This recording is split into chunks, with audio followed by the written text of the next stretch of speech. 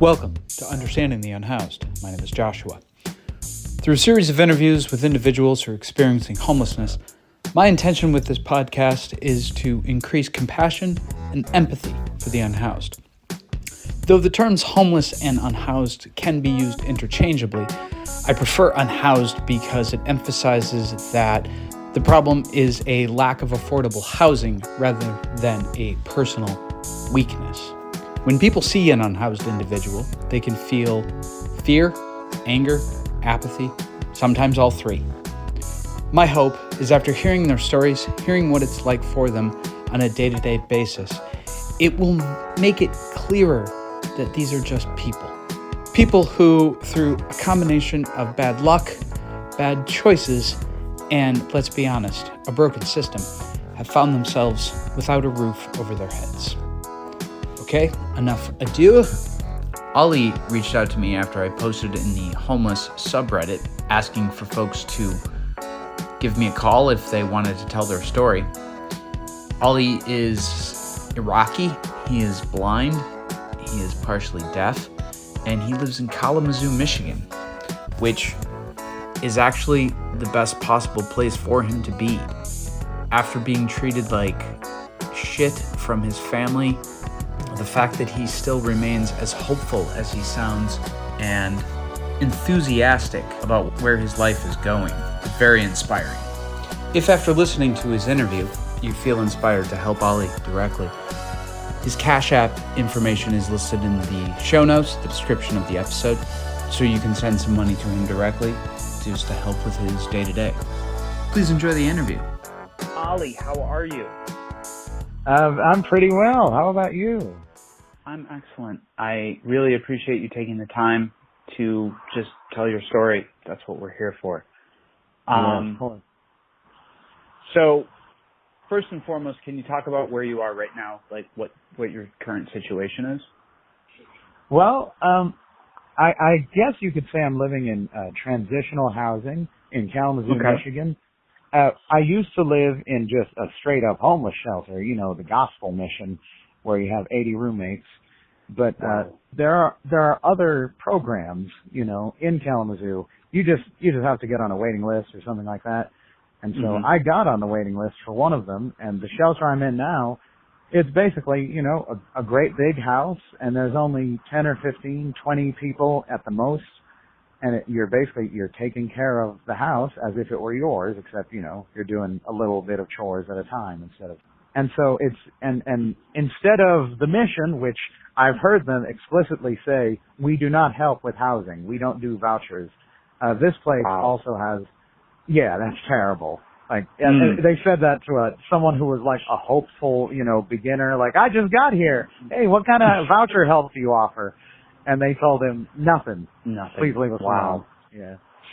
But at Oakland House, which is where I am now, they have a case manager, a housing case manager who works with you just for housing. That is excellent. And can you talk about how you became homeless in the first place? Yes. Well, I guess technically this is my second experience, but the first time I was living out of a motel, a Red Roof Inn in Detroit, but that really, it's a whole different, situation of homelessness. It's not really homeless, to be honest, in a way, even though it is, but so what happened was, I had been living with family, and I'd been trying to move to Kalamazoo the normal way, because I'd been here before. Because I am blind and I do have hearing aids, I went to what's called a training center. The plan is, you get your skills up to date, you make sure you know all your technology, your traveling and cooking, all of that stuff, cleaning, whatever, so that when you go to college, which was, my ultimate plan to go to college here, you will, you'll be able to take care of yourself. And so I lived here for a good long time. And that was when I realized, this just happens to be one of the greatest places on earth. Everyone is so friendly here. I mean, the crime rate is high, but it's just not the same kind of crime as what you see in like Detroit, Chicago. It's mostly like interpersonal stuff. People who know each other, they get into a fight and then they shoot each other. But no one's going to attack you if you're not messing with people. Like even our hobos are a little friendlier. I mean, they will steal from you, but they'll wait for you to like leave your bag and then steal it. You know, they're not going to hold a gun to your head and hold you down. Right. You know, it's just different here. Sure. And so I realized, I just got to be here. And I tried to do it the normal way, where you just sign up for the apartments and you just get a house before college. And it's better because here in Michigan, the blind services, if you go to college and if you move somewhere specifically to go to college, they'll pay 75% of your rent. Wow. The problem is it Excellent. only counts while you're in college. It only counts during the actual years of college. I see. But it's a really good deal. Yeah, And it is. So Western is in Kalamazoo, Western Michigan University, so it's a major college with all of the classes I wanted. Perfect for me. And it's the blind-friendly college, so if I need something in Braille, they're not going to say, where would we even get that? They know already where to get it. Nice. And so I tried to, but at the same time I'm dealing with, my family. They've been abusive for as long as I can remember in just about every way. I once called them like a moral sewer, or just everything that makes people, small and hateful and petty. You can find it in my family. And my sister was kind of a victim of them with me because she was molested within the family, and they held it against her. They blamed her for it, and they treated her terribly. What? And so we got out. Wow. Yeah, well, it happened because it was my brother who did it, and he was the oldest boy and who he could actually see. So they valued him, more. They were willing to let him get away with anything, that he could. And I know he's ruined her credit. He's done all kinds of stuff. He's used my mother's name, to pull out lines of credit and things like that, create new bank accounts because his credit and they just forgive him for it. And so we were just getting sick of being treated the way we were because once I started taking control of my money, once I started really telling them, I'm not just going to give you all this money anymore. I need some of it for myself. They just cut off every form of support. And so I left with her. And at first we moved in with some relatives, but they turned out to be pillheads. They were stealing out of our bags. Oh yeah, they were addicted to pain pills. We didn't know that at the time, but we suspected something was wrong. And so I actually was kind of responsible for it because I called the wife out for stealing razor blades out of my bag. And that made her blow up because I think she might have been high or withdrawing at the time or something like that. And she threw us out. And we weren't legally, there. Our name isn't on the lease. We just moved in. So we have no legal rights as tenants. I'm sorry, just real quick. You're blind. Yeah. Is your sister also blind? Oh, no. I have a brother that's blind, but he's still living at home. Everyone else in the family can see. But your family, the folks you were staying with just threw you out, even though Oh yeah, they didn't care. Because they're drug addicts. When people are on drugs and when you make them angry, they're not rational. So after we got kicked out, we didn't want to go back to the family, so we moved into this Red Roof, the motel. Lived there for a month until she got a job or a house through one of her jobs, connections. She was an accountant and I started to realize while I was living with her and while I was trying to deal with all this motel stuff in her apartment, she's really not any different than they are. She puts you down all the time. She's aggressive for no reason. She treats you like the dumbest person on earth, even though, you're giving her suggestions where, they're helping. I was trying to suggest to her donating plasma, because that's a good way, especially in the beginning, to earn a lot of money for the motel bill. And her response makes me angry to this day. She just said, how much is that going to pay for? 1 day? And realistically, if it's 2 people, doing it twice a week, it's going to pay for 4 or 5 days. Okay. And she had no idea, and she treated me like a moron because of that. And when we got an apartment together, it wasn't any better. I didn't even have a room of my own. I was living in the living room because it was a 1-bedroom place.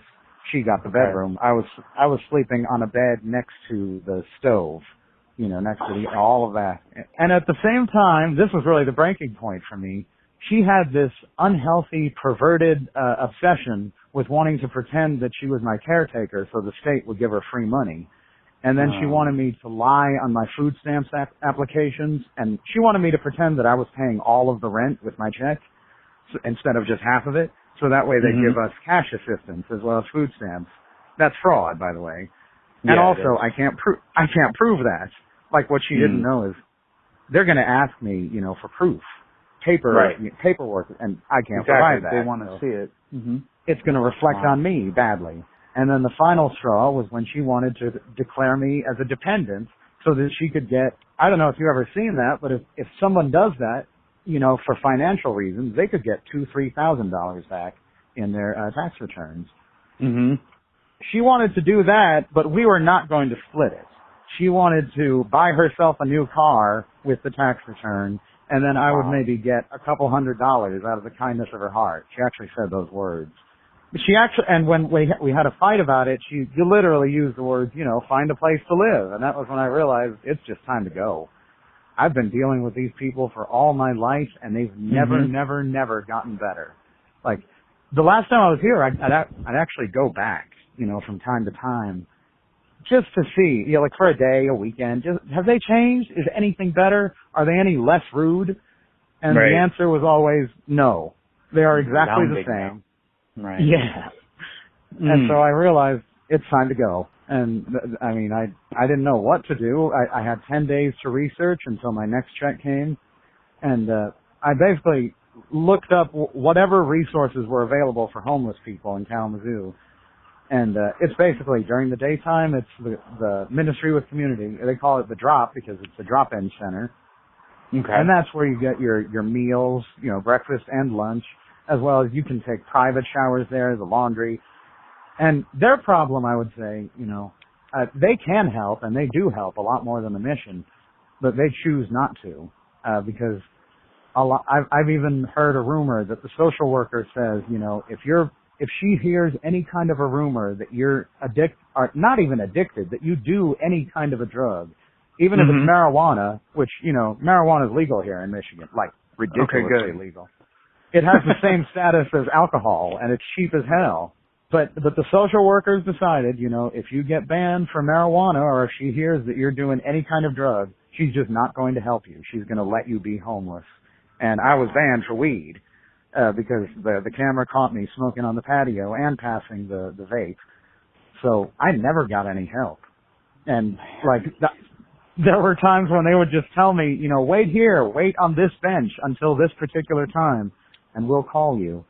And then I'd wait, and they just wouldn't call. Wow. And so I realized I just got to move on from both these shelters. And I mean, that's what pretty much led me to Open House, because I learned about this from somebody else, and I wasn't even sure if the program still existed, but I basically, I called once or twice, even spent some time, sleeping outside, because it's very clear they prioritize people who sleep outside here. Right. So I wanted it in their records, I'm sleeping outside. This is a desperate situation. And they instantly, they got me in. And now it kind of seems like I'm on the way to housing, maybe. That is excellent. For you, how different is it not being able to see anything while you're out there? It's different. I will say that, I mean, it's not as bad as people expect. Really? Yeah, like I had to basically cut off contact with a lot of people from, my former life, because all they think is that I'm a walking target. I'm going to get murdered and robbed and raped by everyone who wanders by. And that's never, nothing has ever been stolen from me. I've lost more things than I've had stolen. So, and Kalamazoo is in Michigan. It's the blind city. So that kind of helps me as well. There's a kind of, there's a vague feeling that, you don't mess with the blind person, especially if they're homeless. And, I mean, maybe if I was doing foolish things, like getting mixed up in drugs or walking around at 4 a.m, maybe, the night people, when you're homeless, I don't know if you know this, but the people who are out at night, it's a whole different crowd than the people who are out in the daytime. Not a very savory crowd a lot of times, because it's people who are awake because, they're awake all night from meth and crack. So those people might do something, but I wouldn't say they leave me alone, because there is definitely, an aspect of using. There's a weird thing that only happens pretty much to disabled people if you're homeless, and that's people try to latch onto you as a helper. I even had something like this happen a few days ago. I was sitting on the ground trying to find some sun, and someone walked by. First he wanted to see if I had weed, and I said no, ran out, and then he said just randomly, well, you need help going anywhere? And in the past, I might have said yes to that because I didn't know this part of town and I didn't know wherever anything was. Okay. And at the time, I wasn't using my compass, the way I should to travel. So I didn't know even how to learn this. And so in the past, when I first came here 6-7 months ago, I would have said yes. But then that person, he would have expected me to buy him stuff. I mean, that's frankly how it works.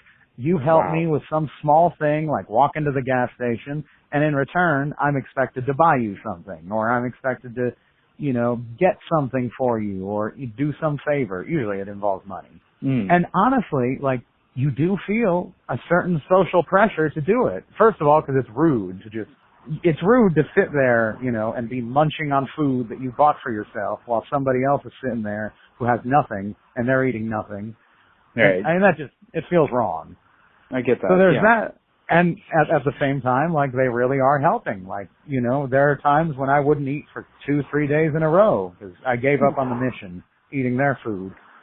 And so, yeah, it was kind of helpful.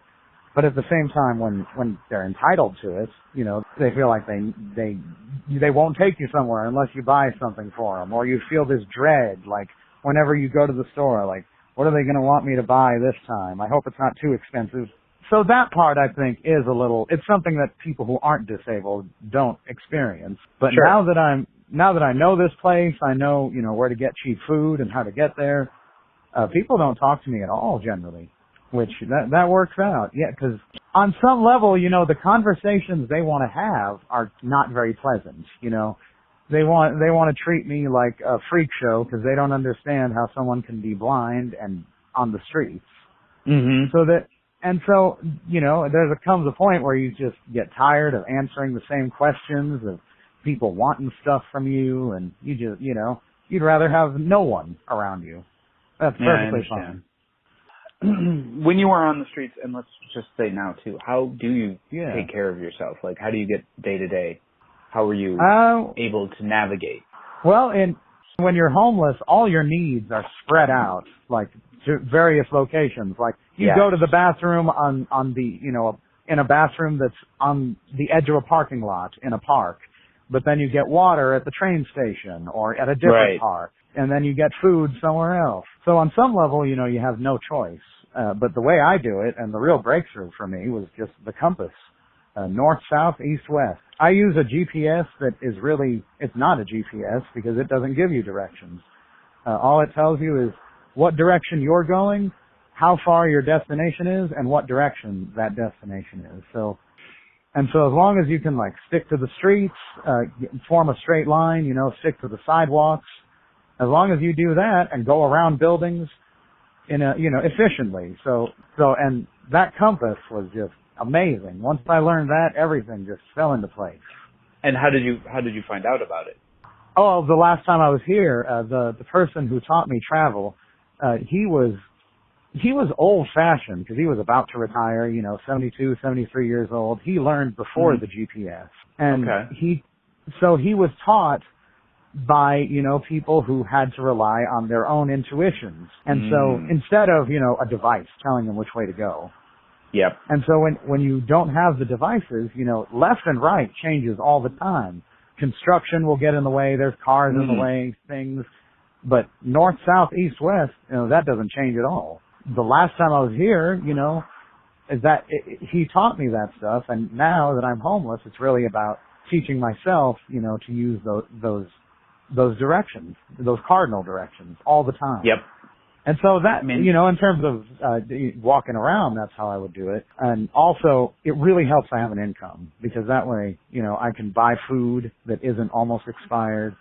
I can get, shampoo, conditioner, body wash. Although now at the Oakland House, they take care of those smaller needs like showering and shaving, things like that. They'll supply stuff for you. Kalamazoo is just not for long, I think. People are getting sick of us. But it's really an open city with, regard to the homeless. Someone, on the subreddit where you found me, that homeless subreddit, someone used a really good word. She said that the homeless population in her town is really integrated. And that's how I feel about us, in Kalamazoo. You can tell someone that you're eating and sleeping at the Mission. And, I mean, yeah, you might get some people who turn away from you, but more than you would expect just don't care. If you're a normal person and you're not bothering anyone, like, we have a high homeless population here, but, they're normal homeless. They're not, it's hard to explain. It's like, if they realize that you're a normal person who happens to be homeless, they won't think of you as a homeless person. You'll just be, Josh, but also you're having some problems right now and you're on the streets. Like, it's not like that in a bigger city where, I've heard as soon as somebody classifies you as homeless, everything changes. Yeah. They pull away. It's hard to shake, for sure. Yeah. From what I've heard. You say Kalamazoo is a city for the blind. Like, is it just very blind friendly? It is, Kalamazoo? Yeah, because that training center that I told you about has been there since about 1969, 1970. And also, this is a city that has had a lot of money poured into it from all these billionaires who live here. We got about five of them. And so it's a combination of, like, the center being here, and also it's a small town where it's very walkable. That people are always complaining about the bike lanes that are being constructed. Because it's a college town. So it's intended for people who maybe don't have their own cars. Maybe they just got a bike, or maybe they need to ride the bus. So it's that kind, and a lot of the intersections here, they talk and they tell you exactly when to cross. So all you need to do is pay attention to the parallel traffic, and then you hear the talking sign and you cross. That's on most intersections by now, especially downtown. So yeah, it's the training set. Oh, and the college, it has the master's degree in, like, blind rehabilitation, they call it, which is basically anything related to education for blind people. They have that master's degree, and so anyone who wants to become a teacher for blind people, they come to Kalamazoo. And so sometimes they bring, like, maybe their blind husband or blind kid or whatever. Mm-hmm. So it's just a bunch of factors all coming together so that, like, I'm sure every state has something like that, a city where there's a high proportion of deaf people or people in wheelchairs, something like, I've heard of that actually. Sure. Mm-hmm. Seattle's supposed to be very good for deaf-blind people. I don't know why, but they congregate there. Have you been blind from birth, or was this an accident?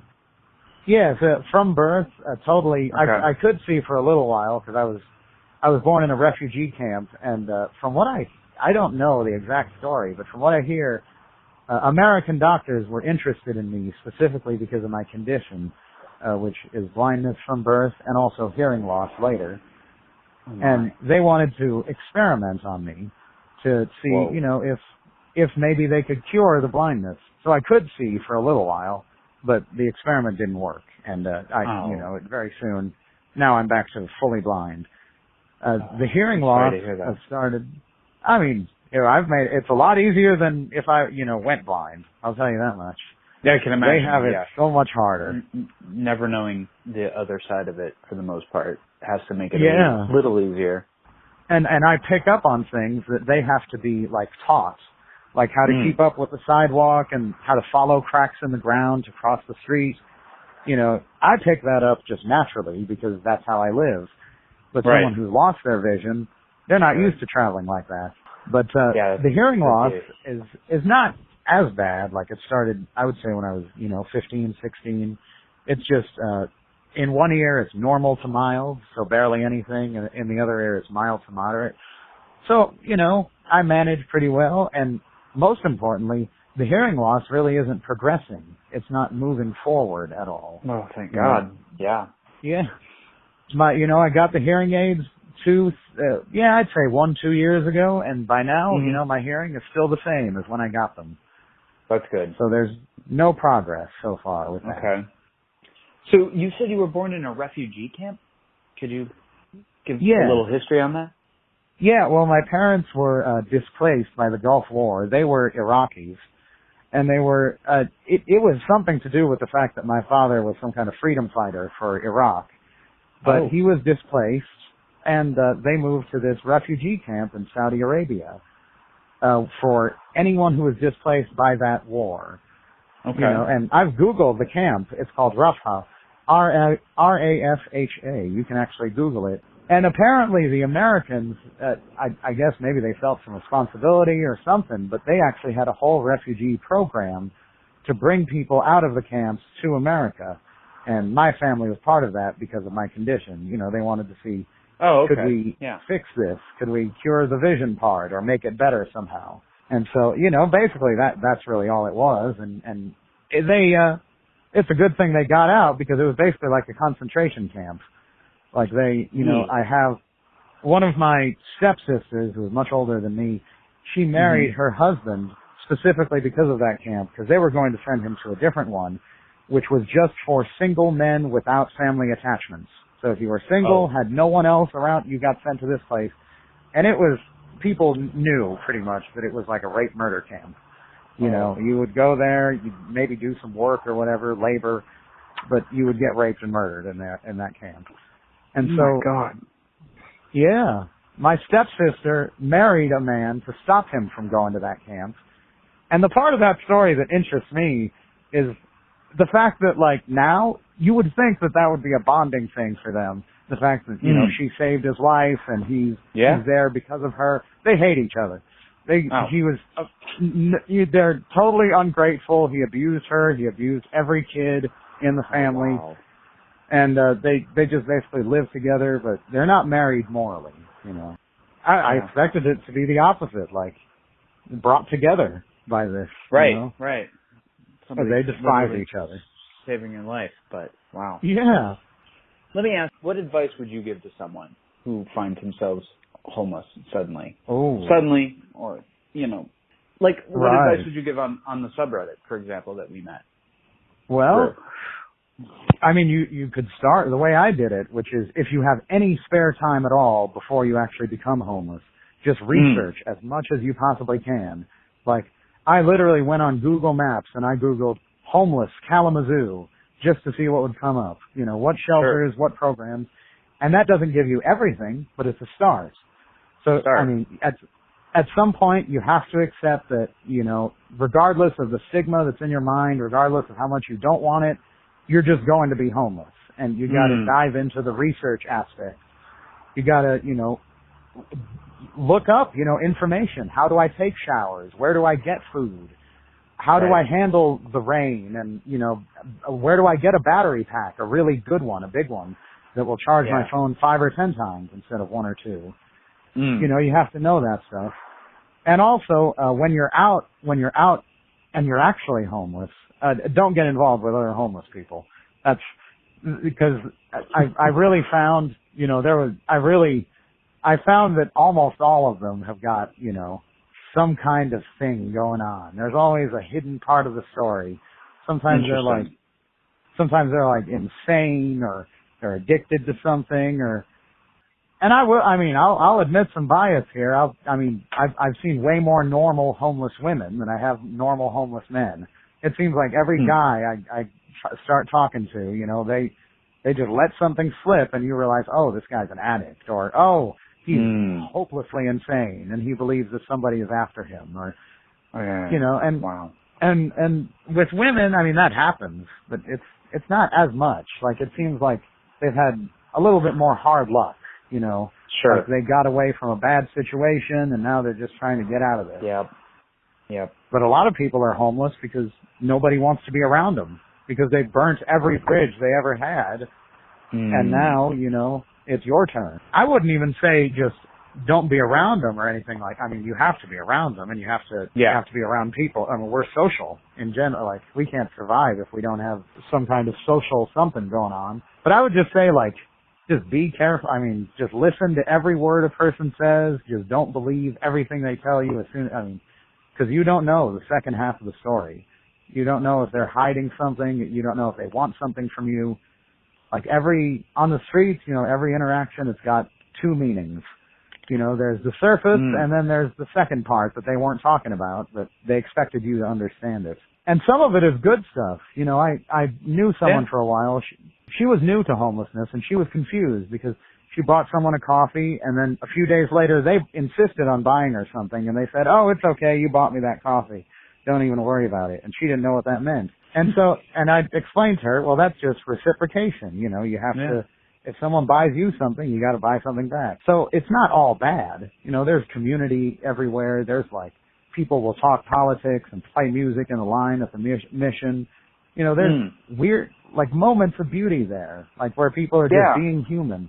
But there's also, you know, most of those humans are fighting some kind of demon, or they're on meth and they haven't told you, or you just got to be careful. What can you talk about a time where somebody, a stranger, was kind to you, that did something that really lifted your day? Oh yeah, well yeah.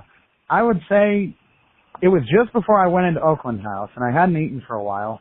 I'd spent all my money on myself and on other people, and it was just that last week of the month when we got nothing. I just had some people come up to me, and they gave me 3 slices of pizza from this fancy restaurant at the hotel that's across the street from me. And what really brightened my day is I really think they got it just for me. That is very cool. With regard to jobs, I mean, one part of it that's been so difficult for me is that people don't give you a chance when you're disabled and you're seeking work. You know, they just assume you are not capable of any work. Wow. And so it's kind of an interesting thing, you know, how I'm actually working with my housing manager right now in my meeting tomorrow. We're going to talk about job stuff, going to an interview and things like that. But like, people think that the check, you know, the fact that we get a check every month makes things easier. But first of all, I mean, the fact is it's $1,000 a month, at least in Michigan, less. Wow. And so it'll pay the rent for an apartment, and that's it. And also that income, it makes you ineligible for most apartments, like normal ones, because the landlords want you to be making 3 times the income, I believe it is. Yeah. So like, there's a lot of apartments here in Kalamazoo, which has the 3rd lowest, like the living cost, 3rd lowest in the country. And, so there's a lot of apartments, small ones for $500-$600 that I could afford. The problem is I have to make $1,800 just to get in. Right. Just to get my foot in the door. But also, I mean, you just need more money. Like, it just doesn't give you enough. So that's kind of been that's been my plan now, since the housing thing is sort of, it's working out. You know, they're working with me on it. It's progressing. That's good. I'm really trying to get work here. What would you say is the most inaccurate perception of the unhoused from your experience? There's a weird perception that it's hard to explain because no one will say this directly, but people feel like people want to be unhoused. Like, someone took me in who I don't think he's ever been homeless, because he literally asked me during my visit, what is it like to live in a fucking shelter? So he had never been unhoused, and he took me in for a week, you know, as his help project to help give him good karma. And we were, and he told me once, he was joking about it, he said, must be good just sitting around at the park, not having responsibilities, just drinking all the time. And first of all, I don't drink, so that didn't apply to me. But also, I feel like, you know, he had a misperception. Because, yes, it is a fact that, you know, if you're homeless, you're going to see a lot of people smoking crack, drinking at the park, just hanging out, not doing anything, not going forward. I think there's and there are lifers, like that's what I call them. People who have gotten so used to homelessness that this is just the way they live. Like one guy literally told me, the mission gives us food, water, shelter. I just don't know what else I would need. And there's those people, that institutionalization, you know, like I think some people get to be that way because they haven't been helped for so long. Because some people are on the streets here for 5-10 years at a time.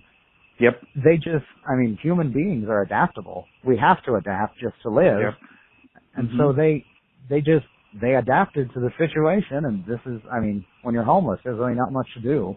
And if you have, I've heard addiction is actually a synonym for depression. So if you have depression, and if you have life trauma, drinking in the park doesn't sound like a bad idea. I mean, I don't think anyone wants to be homeless. it's not about not doing anything or not working. It's the simple fact that you've been sitting out here, not getting calls, having to sit on waiting lists for so long. Mm-hmm. Like Section 8 here was closed for so long, and no one even told us. Like, they weren't accepting any new people, but the waiting list was still, like, it was technically open, but nothing was happening with it. You know what I mean? Wow. And we didn't know that. So until it was closed, officially closed in July, a lot of people were getting false hope because they were on the Section 8 waiting list, which was just having no movement at all. Right, just sitting and there. So wow. And it just grinds people down. Like that's what it's all about. Like, if you ever see someone like who's just drinking in the park and they're not doing it, and you think that to yourself, like, it's really not about that. They're just hopeless. Like, they just haven't gotten help for so long that they just figure, fuck it, man. This is just how I'm living now. Well, Ollie, thank you so much for taking the time to talk to me. I really appreciate it. Any wise words before we go? I'm thinking of what I would try to do as soon as I get a house. And I really want to still visit the Kalamazoo Cat Cafe. That has been my white whale since I got here. We have an old-fashioned Kalamazoo Cat Cafe where you can adopt the cats. Sort of, but if you don't want to adopt them, take them home. Right. But if you don't want to do that, you can just spend time with them. Yeah. And you can you can be with them. And I would really like to go there. That's what I'm looking like. It's kind of what I'm working towards in a way. Like, when I get a house and I get real money, disposable income, first thing I'm going to do is just go to that cat cafe. Hi again. Thanks for listening.